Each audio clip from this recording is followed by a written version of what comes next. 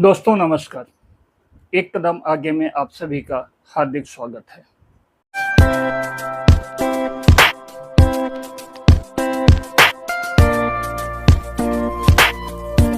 विश्व युद्ध तृतीय हमारे दरवाजे पर खड़ा है और हम एक ऐसे बारूद पर खड़े हैं जहां एक छोटी सी चिंगारी पूरी धरती का विनाश कर सकती है। इसलिए सावधान, सावधान, शक्ति को नहीं, शांति को अपनाइए। आज मैं आपको बताऊंगा वो हर पहलू जो आपको जानना चाहिए, इसलिए बने रहिएगा वीडियो के अंत तक। जब कई जगहों पर बारूद इकट्ठा होने लगे, जब हमारे नेता शांति के बजाय शक्ति की भाषा बोलने लगे, जब दुनिया छोटे छोटे युद्धों को नजरअंदाज करने लगे, समझ लीजिएगा इतिहास एक बार फिर से किसी बड़े तूफान की तरफ बढ़ने लगा है। दोस्तों, आज हम ऐसे दौर से गुजर रहे हैं जहां शांति सिर्फ एक शब्द बनकर रह गई है और तनाव हर भूगोल की पहचान। आज दुनिया के कई ऐसे कोने हैं जहां सिर्फ एक चिंगारी की देरी है। एक चिंगारी उठते ही एक भयावह युद्ध शुरू हो सकता है। बात करते हैं रूस और यूक्रेन के युद्ध की, जो शुरू में एक सैन्य कार्रवाई के रूप में शुरू की गई थी और आज पूरे यूरोप की स्थिरता को चुनौती दे रहा है। आखिर क्यों? रूस का ऐसा मानना है कि पश्चिमी देश, खासकर नाटो, चारों तरफ से उसकी घेराबंदी कर रहे हैं। दूसरी तरफ पश्चिमी देश खुलकर यूक्रेन का साथ दे रहे हैं। ये चिंगारी, ये आग बुझने वाली नहीं है। इस लड़ाई ने तो पूरी दुनिया को दो खेमे में बांट रखा है। एक तरफ है रूस, दूसरी तरफ है अमेरिका के नेतृत्व में पश्चिमी ताकतें।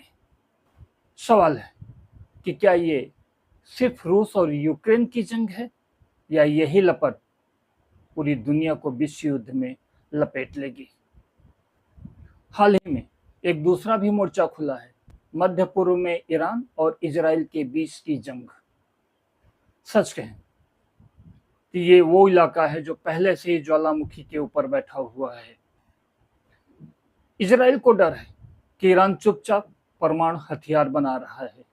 दूसरी तरफ ईरान को लगता है कि इजराइल हमेशा से लगातार उसकी संप्रभुता को चुनौती दे रहा है। हिजबुल्लाह, हमास, सीरिया, यमन के हूती, ये सारे संगठन इस लड़ाई में शामिल हो चुके हैं। हाल ही में जो पलटवार हुआ उसने साबित कर दिया कि अब ये जंग सिर्फ बयानबाजी तक सीमित नहीं रहा, बल्कि कभी भी दो देशों के बीच भयानक युद्ध शुरू हो सकता है। एक तीसरा मोर्चा भी तैयार है, चाइना और ताइवान के बीच। ताइवान को चाइना अपना हिस्सा मानता है। चाइना ताइवान को खुलेआम धमकी देता है कि वो कभी भी ताइवान को अपने में मिला लेगा। ताइवान खुद को स्वतंत्र देश मानता है। ताइवान के पीछे बैकिंग है जापान और अमेरिका की। अमेरिका का कहना है कि अगर चाइना ने ताइवान पर हमला किया तो अमेरिका चुप नहीं बैठेगा। अगर चाइना और ताइवान के बीच युद्ध हुआ तो युद्ध सिर्फ चाइना और ताइवान के बीच नहीं होगा।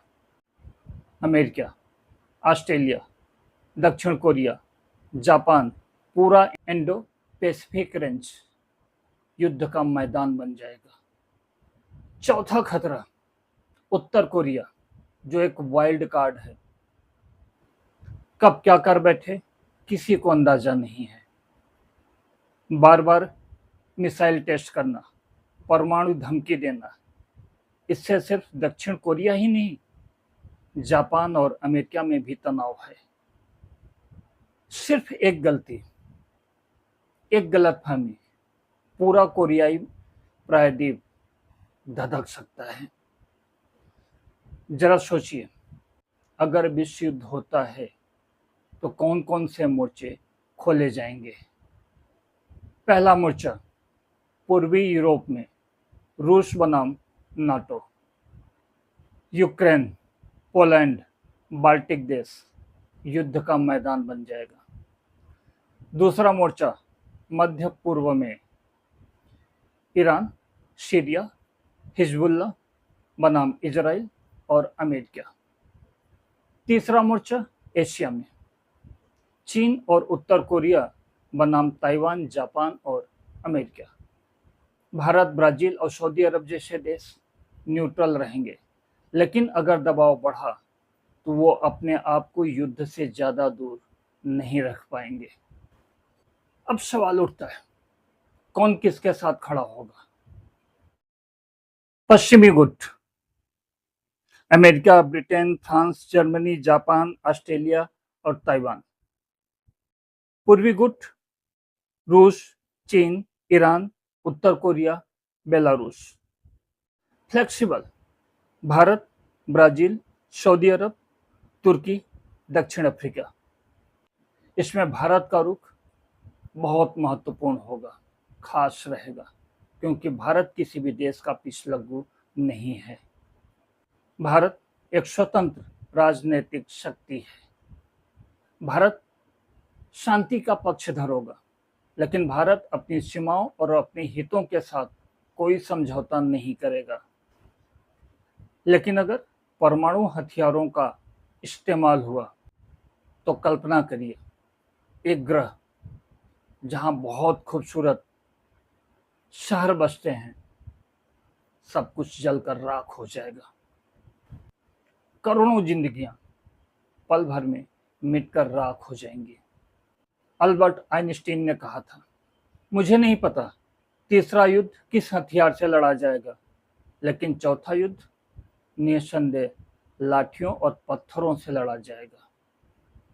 मतलब साफ है, तीसरे विश्व युद्ध के बाद हमारे पास तकनीकी के नाम पर कुछ भी नहीं होगा। दोस्तों, आज जरूरत है शांति की भाषा बोलने की, कूटनीति की, संवाद की। हमने 2 विश्व युद्ध देखा है, दोनों का परिणाम सिर्फ बर्बादी था, जबरदस्त बर्बादी, नरसंहार। और अगर तीसरा विश्व युद्ध हुआ तो ये दुनिया वैसी नहीं रह जाएगी जैसी हम परिकल्पना करते आए हैं। इसलिए प्रार्थना करें शांति की, संयम की, विवेक की। इतिहास गवाह है, जब भी नेता आपस में लड़ते हैं, मरती हमेशा जनता ही है। दोस्तों, इसी निवेदन के साथ आज की इस वीडियो में सिर्फ इतना ही। अगर वीडियो आपको पसंद आया हो तो लाइक करें, शेयर करें और चैनल को सब्सक्राइब करें। जय जवान, जय भारत।